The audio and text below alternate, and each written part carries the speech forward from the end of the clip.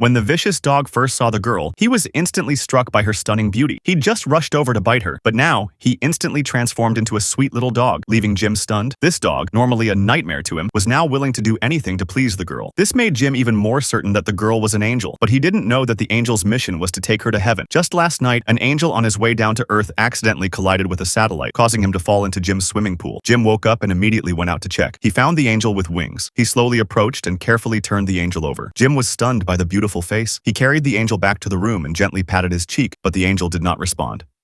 At this critical moment, Jim had to perform artificial respiration, which really worked. As the angel's face suddenly lit up, he finally regained consciousness and opened his eyes, and his face became even more beautiful. The angel just smiled at Jim, and he was unable to resist and lost his composure. At this time, the angel slowly sat up and opened his arms to Jim, but the sudden pain made Jim see the injured wing. Jim hurried forward to comfort him, but who knew that the next second, the angel suddenly asked for a kiss from him. Jim thought that the angel was confessing her love to him, so he decisively chose to refuse and explained to him that he was already engaged to another girl. However, he did not know that the angel's kiss was actually just a way to take him to heaven. Seeing that the angel insisted on throwing herself into his arms, Jim had to try hard to convince himself there are no angels in the world. Everything is just a dream. However, the moment the two kissed, Jim suddenly fell asleep in the angel's arms. Just as the angel was about to take him away, the sharp pain from his wings forced him to give up temporarily. Until the next morning, the groggy Jim was awakened by a knock on the door. When he opened the door, he saw it was his fiancée Patty. Just as Patty was about to enter the room, Jim immediately stopped her because the house was too messy, so they agreed to meet again later. However, just as Patty left,